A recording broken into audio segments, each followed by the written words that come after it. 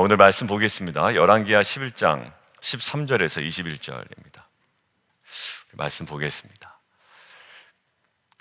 20절 함께 봉독하겠습니다. 20절이요. 시작. 온 백성이 즐거워하고 온 성이 평온하더라. 거기까지요. 온 백성이 즐거워하고 온 성이 평온하더라. 어제만 하더라도 위기였습니다. 남유다에 다윗으로부터 이어져 왔던 정통 왕조가 깨질 뻔한 위기였습니다.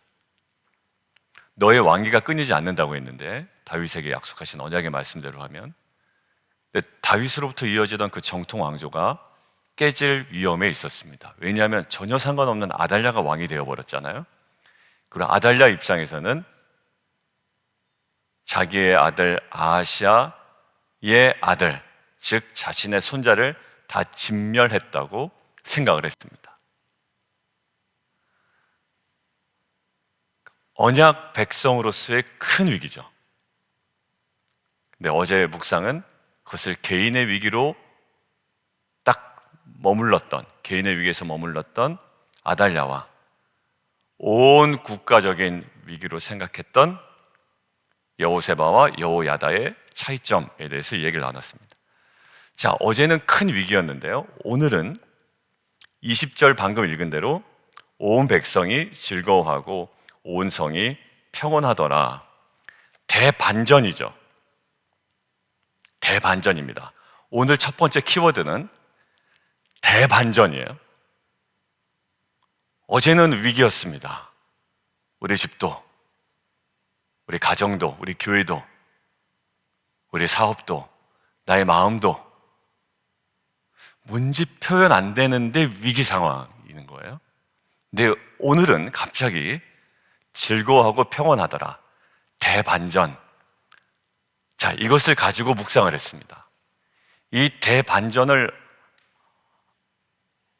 무엇 때문에 어떻게 누리고 있는가라는 거예요. 자, 그럼 이렇게 한번 생각을 해보죠. 아달랴의 폭정이 구체적으로 기록되어 있습니까?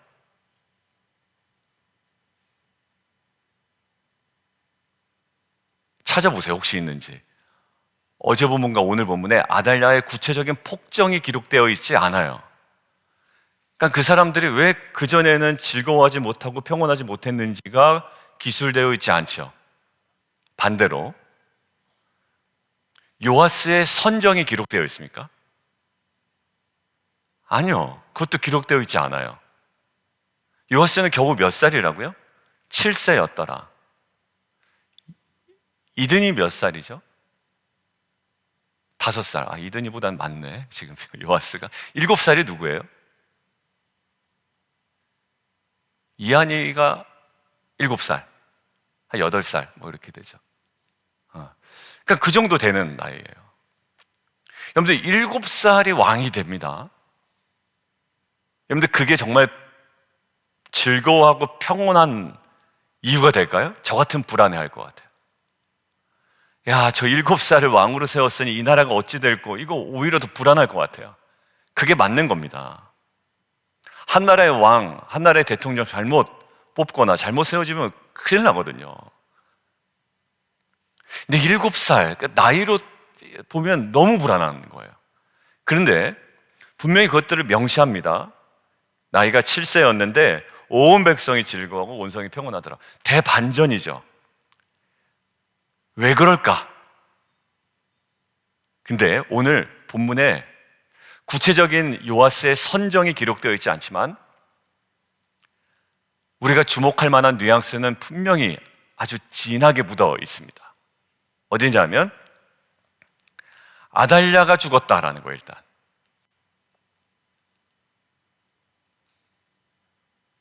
아달랴가 죽임을 당했다. 그게 2번이나 반복되는데 16절에 그의 길을 열어주매 그가 왕궁의 말이 다니는 길로 가다가 거기서 죽임을 당하였고, 한 번 더 반복되죠. 20절, 아달랴를 무리가 왕궁에서 칼로 죽였더라. 아달랴의 죽음을 이야기합니다. 그러니까 20절은 오히려 즐거워하고 평온한데 그것을 바로 무엇과 연결시키냐면 아달랴의 죽음과 연결시키죠.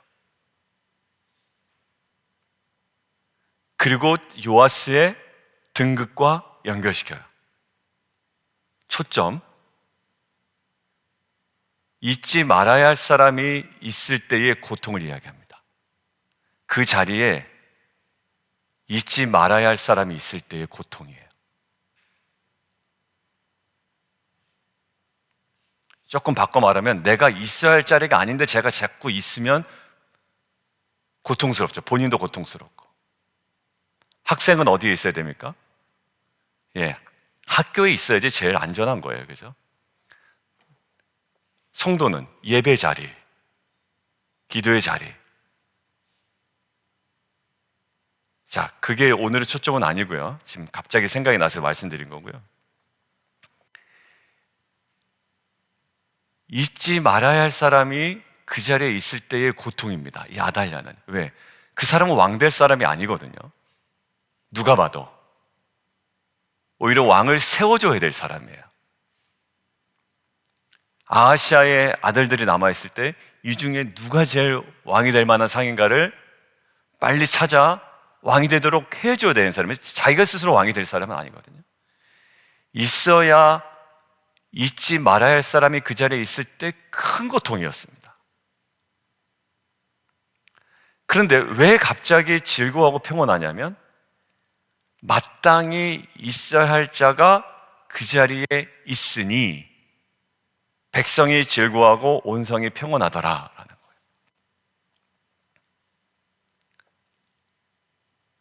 아주 노련한, 정치적으로 너무나도 노련한 아달랴가 있을 때는 오히려 불편하더니 7살 풋내기에 불과한 이 요아스가 왕이 되니 평온했대요.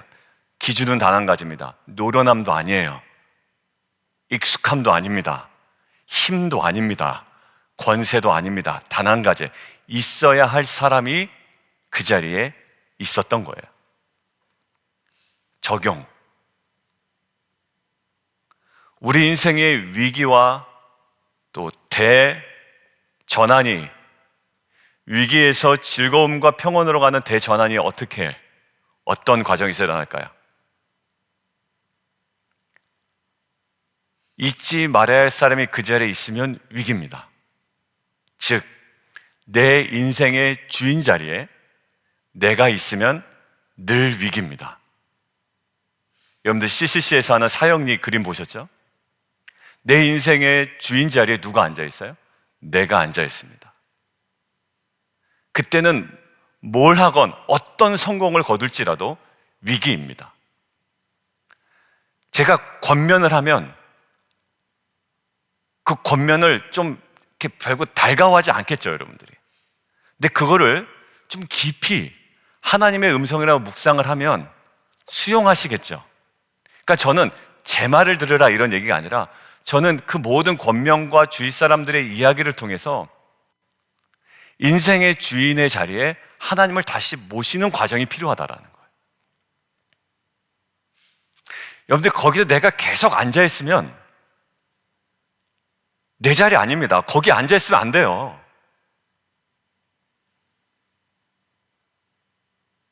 거기 내가 앉아있으면 안 되는 자리예요.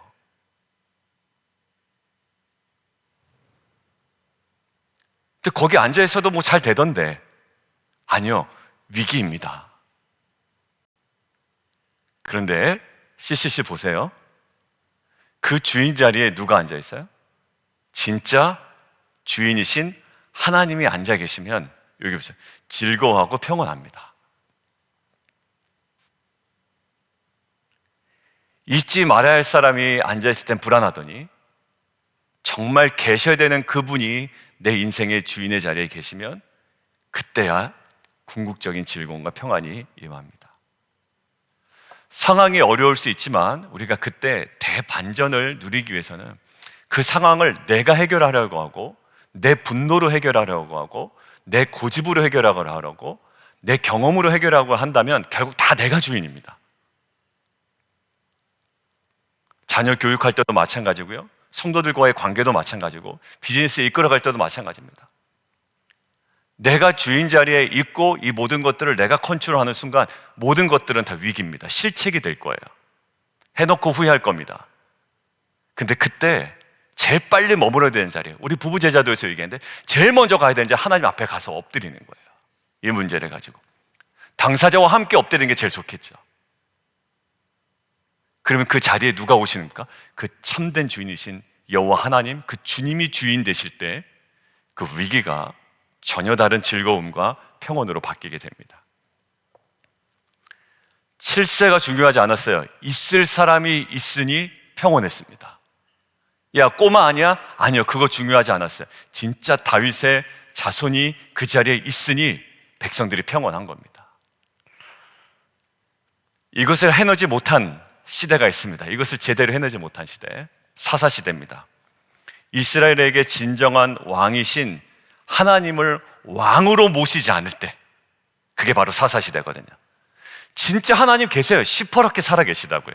그런데 그 하나님을 진정한 왕으로 모시지 않을 때에 사사기의 특징이, 좀 쉽게 표현하면 지 마음대로 행했다라는 거예요. 자기의 소견대로 행했다. 그러니까 뭐 알아듣지도 않고 알아먹을 생각도 하지 않고 움직일 생각도 아니고 고집만 피우는 거예요. 지 마음대로 행했다. 사람과의 관계에서도요, 몇 번 얘기해서 안 되면 그냥 포기해버립니다. 이게 인간관계거든요. 근데 참 감사하게도 하나님은 포기하지 않으시더라고요. 저는 짜증이 나서라도 포기할 것 같아요. 아유, 그렇게 얘기했으면 좀 알아먹으면 좋겠는데 안 할 때는 아유, 모르겠다, 나도 모르겠다. 근데 하나님은 포기하지 않으시다. 왜? 그분이 정말 인생의 주인이시거든요. 여러분들, 그분이 인생의 주인으로 들어올 때 나타나는 우리의 변화가 있습니다. 자, 18절 보세요. 진짜 그 왕이 있어야 될 그 왕이 왕 자리에 있을 때 나타나는 백성들의 모습이 18절입니다. 거기 누굴까요? 요아스가 했답니까? 아니면 백성들이 했답니까? 백성들이. 18절.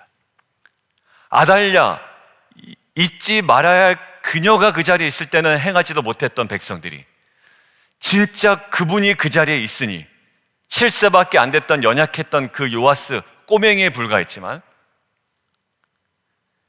그분이 있어야 할 그분이 그 자리에 있을 때 우리들도 마찬가지입니다. 18절 제가 읽겠습니다. 바알의 신당으로 가서 그 신당을 허물고 그 제상들과 우상들을 철저하게 깨뜨리고 그 제단 앞에서 바알의 제사장 맏단을 죽인지라. 그리고 제사장들은 관리들을 세워서 여호와의 성전을 수직하게 하고 지켰다라는 거죠.